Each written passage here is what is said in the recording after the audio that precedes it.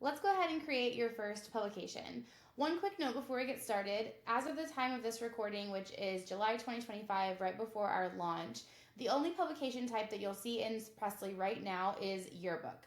But we do have in development publication types for newspaper, news magazine, broadcast, and a media or news website. So just so you know, that is coming. It's going to come out in the next couple of weeks. We are in the final development stages, and we will be producing or implementing that and publishing it before school starts. So I know a lot of people were waiting on that to make sure that they can use Presley across all of their publications. Just so you know, when you log in, you will see your book, but the other ones are coming really, really soon. So just a heads up. So what you're going to do first is go ahead and hit this blue button that says Add Publication, and it's going to open a sidebar that has the information that you need to set up your publication. So there's also a note here about those extra publication types that are coming soon. So we're going to go ahead and call this Demo Yearbook number 2. I already have a number 1, so I don't want to get them confused. However, there is no restriction on the names being the exact same. So if you don't name them with something different, then they might be hard to differentiate. So I recommend putting in the school year or the name of your yearbook. Mine in high school was the Paladin. When I was an advisor, it was the Odyssey, so you could name it like that. But I definitely recommend putting some sort of unique name so you know what it is. If it's your newspaper, you could put what issue it is. You could put when it's going to come out, October 2025, whatever it is. But identifying it in a unique way just so you have the ability to differentiate. Then your status is also required. So your status needs to be one of these 4 settings. So either not started, meaning maybe you're setting up your year and you're putting in all your newspaper editions, but you haven't actually started on it. Maybe you're starting to plan. So for right now, you're probably working on next year's yearbook plans, but you're not quite fully in production. In production means that you're actively working on assignments, you are gathering data, you're gathering interviews, you're actually working on it. And then complete means that it's already been done and shipped and distributed or whatever that might mean to you guys. So we're going to go ahead and say that we are in the planning stages for this. Notice everything else doesn't have a star by it. That means that it's not required. The only things that are required have this star by it are the name, the status, and down here, the final deadline. Everything else you can fill out later, but in order for Presley to work across all the different mechanisms that talk to each other, those fields we do need whenever you're setting it up. So I'm going to go ahead and fill these in just so we have some data in there. I'm going to say that our yearbook is going to be 288 pages.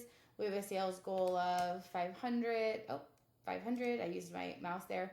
And then we can put in our deadlines. So the cover, we're just going to make up some deadlines. Obviously, it's July 8th right now. So we're going to say the cover is due July 4th.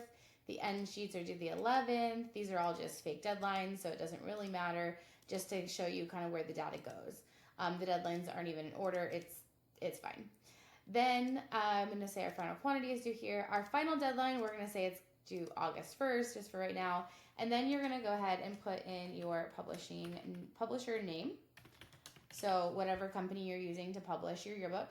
Then you're going to put in your rep name, email, and phone. The reason that these are in here, and I'll show you on the publications dashboard or publications detail page once we get there, is that this is just a quick reference. It's kind of like a dashboard for that publication. There's been a lot of times where I, as organized advisor, have gone in to consult or to help a staff that their advisor was pregnant and had their baby a little bit too early, or got sick, broke their arm, broke their leg. Unfortunate things happen, and it's not just for negative things either, but just life happens, and it's really helpful for me or for whoever's helping you out, even your yearbook rep, if you have a spot where all of this lives. In the paper planner, this was on its own page, so you could just kind of hand this to a substitute. And this is obviously digital. You'd have to give them access to the account, but you have an unlimited amount of people that you can add to your Presley account. So, you don't have to worry about a limit on that. And so this can help that person just know where things are at and know who to contact all in one place. God forbid something happens. We don't obviously want that to happen, but it's good to just put it all in here. And it's also helpful for your students to know that there are people behind the scenes making this yearbook happen. I'm a big believer in transparency with students, even though they might not be the ones making the financial decisions or the publisher decisions. It's helpful to include them in that conversation, even if they're not a decision maker, because they get to see that process. They get to see vetting different publishers. They get to see meeting with reps. They get to see price differences and estimates, and they get to be have a front row seat to that process, which can be really helpful just in life. And so I think that showing them that there is a rep that comes and helps us with this, there's a plant representative, we have a photography company, we have all these vendors, all these moving parts, it creates this ecosystem that they buy into because they see the whole picture. They understand the why behind deadlines even, because they know that the plant has to answer to that. And this is just one way to kind of, build that whole picture for them. So I think it's also helpful for students to have access to. But just so you know, students do have access to this. So if you don't want to put your rep's phone number, your rep's email in here, understand, totally fine. That is, absolutely, understandable. But if they are okay and you're okay to have it in here, then it could be helpful as well. So we're going to go ahead and put in some fake information: first name, last name, email, email.com.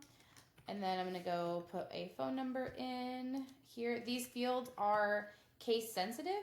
So they are needing to have certain, 1, 2, 3, 4. There we go. Certain information in order for it to accept it. So like for instance, the email address, it has to have an @ symbol and a period. The phone number can only have numbers. So just something to keep in mind.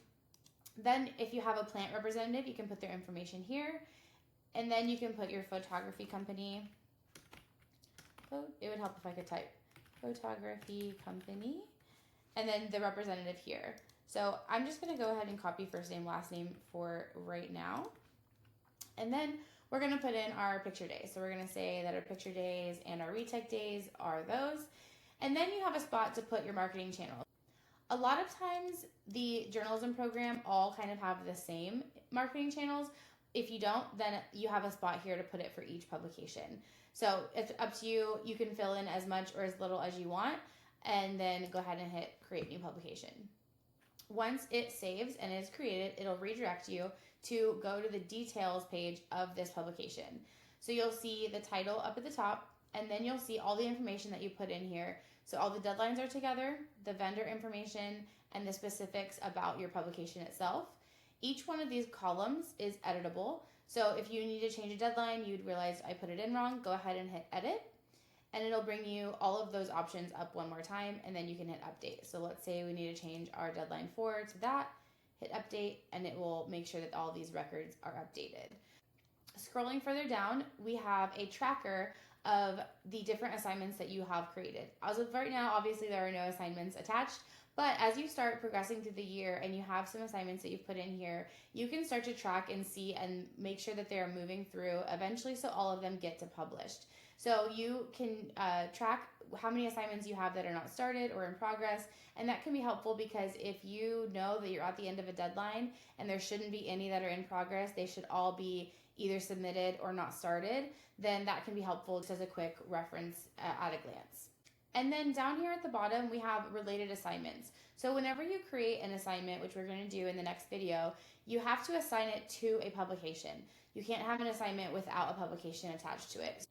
So down here, you will see all the assignments that are related to this particular publication. One note about that, if you go back to all publications, if you want to have assignments that are unrelated to your actual publications, maybe general things like order t-shirts or whatever, you can just create a new publication and don't fill out any of the other information and don't worry about the deadline or even the status. Just have a miscellaneous bucket so that way you have something to attach those assignments to. We're working on a mechanism for that instead of having them be tied to a publication, but as of right now, all assignments do have to be tied to a publication.